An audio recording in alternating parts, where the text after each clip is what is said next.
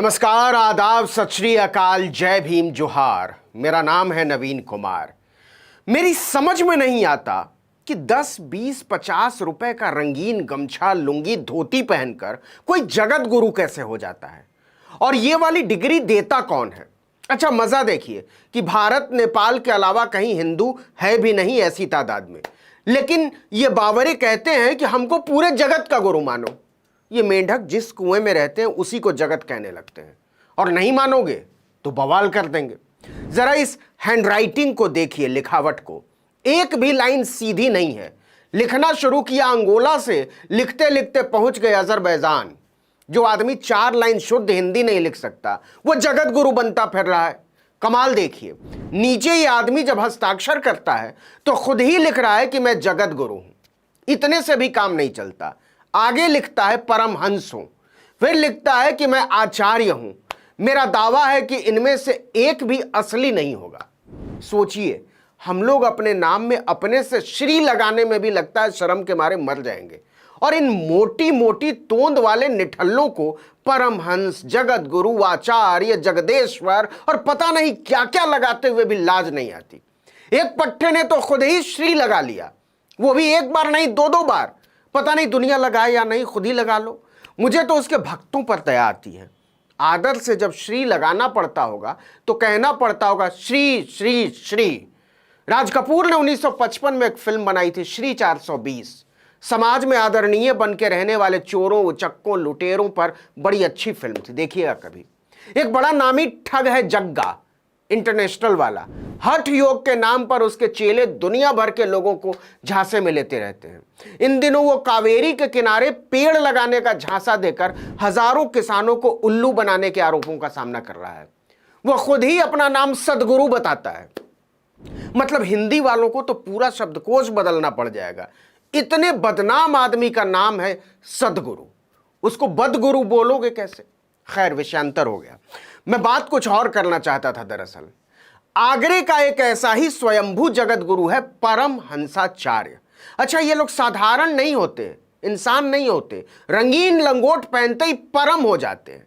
तो ये परमहंसाचार्य नाम का जो जगत गुरु है वो अपने आप को किसी छावनी तपस्वी अखाड़े का स्वामी बताता है। आप सोच रहे होंगे, मैं इतने बड़े जगत गुरु का नाम आदर से क्यों नहीं ले रहा। बताता है, लपेटता है, करता है, क्यों बोल रहा हूं।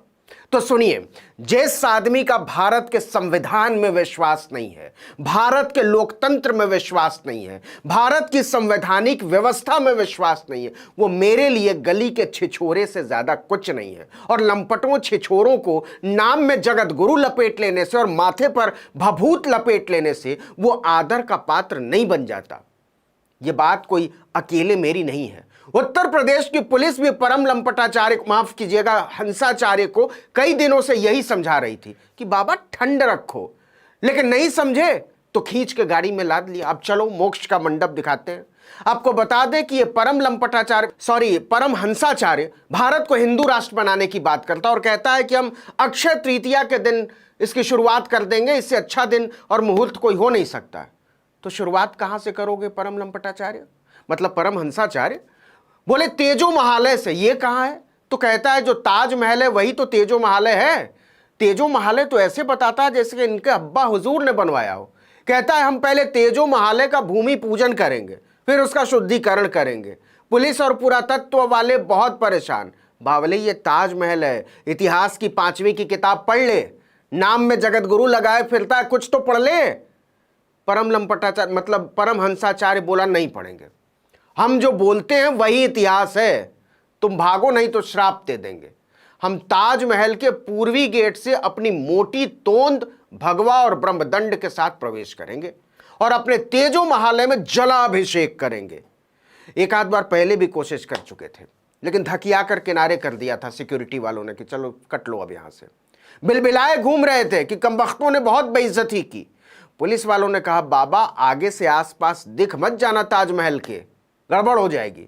लेकिन परम हंसाचार्य नहीं मान रहा था, जिद पर अड़ा था कि अक्षय तृतीया के दिन अकेले घुसूंगा ताजमहल में।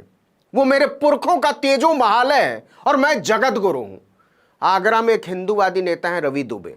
आगरा पुलिस ने रवि दुबे को पटाया कि तुम्हारी ही गाड़ी में तुम्हारे जगत गुरु को जरा तेजो महालय का दर्शन करा देते हैं। हिंदू राष्ट्र की स्थापना करने वाला है रवि दुबे, खुश कि हिंदू राष्ट्र के संस्थापकों में अपना नाम भी सुनहरे अक्षरों में दर्ज करवाने का यही मौका है। लंबी गाड़ी थी, पुलिस वाले बैठ गए कि चलो।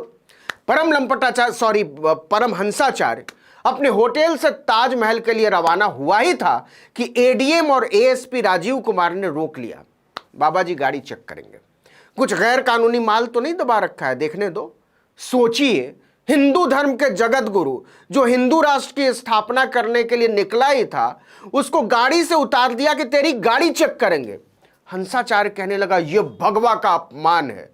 पुलिस वालों ने बहुत हाथ पैर जोड़े कि बाबा लौट जाओ, भारत में संविधान का राज है, उसमें लिखा है कि हिंदू राष्ट्र नहीं बन सकता है, सर्वधर्म संभाव रखो। तो अच्छा होगा यहीं से लौट जाओ, हम संविधान के राज को तहस नहस तो नहीं करने देंगे। और घूमने का बहुत मन ही है तो चलो हम ताजमहल घुमा लाते हैं। लेकिन हंसा किसी भी कीमत पर पुलिस के साथ ताजमहल के अंदर जाने को तैयार नहीं हुआ। पुलिस ने हंसा को रवि दुबे की गाड़ी में बैठा लिया। कुछ ही देर में दोनों की समझ में आ गया कि खेला हो गया है। कुछ जगहों पर फोन घुमाने लगे। रास्ते में कैलाश महादेव मंदिर के महंत निर्मल गिरी ने अपने चेलो चपाटों के साथ काफिले को रोक लिया। पुलिस इसके लिए तैयार बैठी हुई थी, पता था कुछ करेगा ये। उसने सबको बैठा लिया कि बाबा जी हिंदू राष्ट्र की स्थापना में कहीं आपका नाम छूट न जाए, आप भी चलो। सब खुश। ताजमहल को अब तेजो महालय बनाने से कोई नहीं रोक सकता। लेकिन प्रतापपुरा के पास पुलिस ने अचानक गाड़ी रोकती। रवि दुबे को कहा चलो अब नीचे उतर जाओ, तुम्हारा काम खत्म, फटाफट। पुलिस हंसा को लेकर निकल गई। जो हंसा कह रहा था कि वो भारत को हिंदू राष्ट्र बनाने के लिए सहर्ष तैयार है, अपनी कुर्बानी दे देगा, वो डर के मारे थर-थर कांप रहा था, डरपोक कहीं का। ऐसे कायरों की हिंदू राष्ट्र में क्या जगह होगी। वो गिड़गिड़ा रहा था कि बता तो दो कहां ले जा रहे हो। पुलिस ने कहा बाबा बैठे रहो, जहां भी ले जा रहे हैं अच्छी खातिर करेंगे तुम्हारी। घंटों घंटों किसी को पता नहीं चला कि हंसा को पुलिस ले कहां गई है। देखिए कि हंसा ने 5 मई को ताजमहल पर धर्म संसद बुलाने का आह्वान किया था। इसके चलते प्रशासन अलर्ट पर था। ईद का त्यौहार होने की वजह से भी पुलिस खास सतर्कता बरत रही थी। सीआईएसएफ को भी तैनात कर दिया गया था। आपको बता दें कि पुरातत्व विभाग ने हंसा को खुद ताजमहल आमंत्रित किया था, वहां भी वो उल्टी सीधी बातें करता रहा। इसके बाद तो हंसा और फैल गया। अयोध्या में एक मौलाना के खिलाफ आतंकवाद फैलाने की तहरीर देने पहुंच गया। चिट्ठी जो हमने शुरू में आपको दिखाई थी, न नाम मालूम, न पता मालूम, न काम मालूम, और कहता है कि आतंकवाद फैला रहा है। लेकिन हंसा की हवा टाइट हो गई थी उसी समय। उसे लग गया था कि पुलिस दबोच लेगी, तो अयोध्या से भाग गया। लेकिन आगरा पुलिस पहले से ही उसकी खातिरदारी के लिए तैयार बैठी थी। पता नहीं अब हिंदू राष्ट्र का क्या होगा। इस वीडियो में इतना ही। लेकिन अगर आपने आर्टिकल 19 इंडिया को अब तक सब्सक्राइब नहीं किया तो फौरन कर लीजिए, बेल आइकॉन दबाइए, घंटी जैसी आकृति, लाइक कीजिए और कमेंट करके बताइए हमारा वीडियो आपको कैसा लगा। यूट्यूब पर देख रहे हैं तो हमारे चैनल को सब्सक्राइब कर लीजिए, फेसबुक पर देख रहे हैं तो हमारे पेज को लाइक कर लीजिए, इंस्टाग्राम को फॉलो कर लीजिए और फॉलो कर लीजिए ट्विटर को भी, जो कि है article19_India। नमस्कार।